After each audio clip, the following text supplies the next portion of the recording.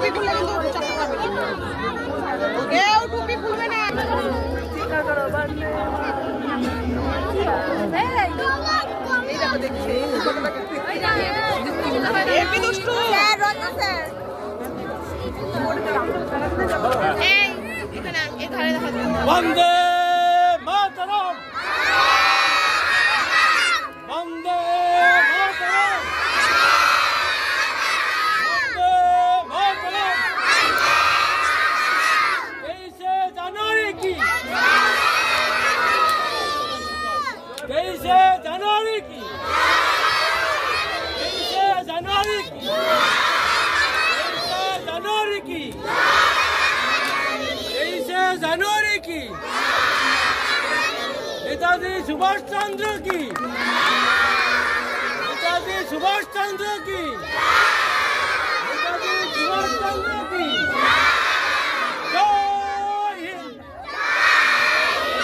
জয় হিন্দ ভারত মাতা কি। আচ্ছা আমরা সবাই প্যারেড বিশ্রাম করবো আর কি, ঠিক আছে? আবার জাতীয় সঙ্গীত করবো।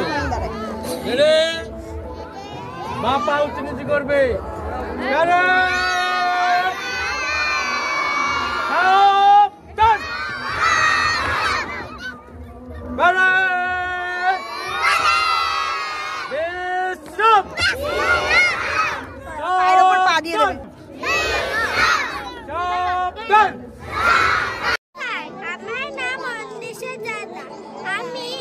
কবিতা বল, কবিতার নাম হলো পতাকার পাঁচরা।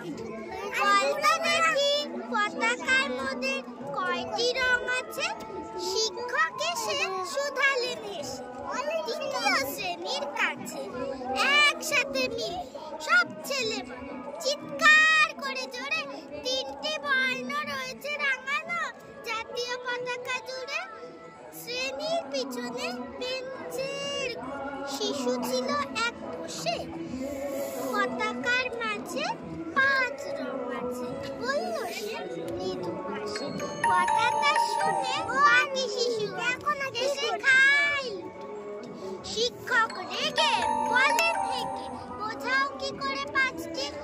মাথা নিচু করে ভয়ার্ত স্বরে সরল শিশুটি বলে, উপরে গেরুয়া মাঝখানে সাদা, সবুজ আছে তার তলে, আর আছে আঁকা গোলাকার চাকা, নীল রং আছে।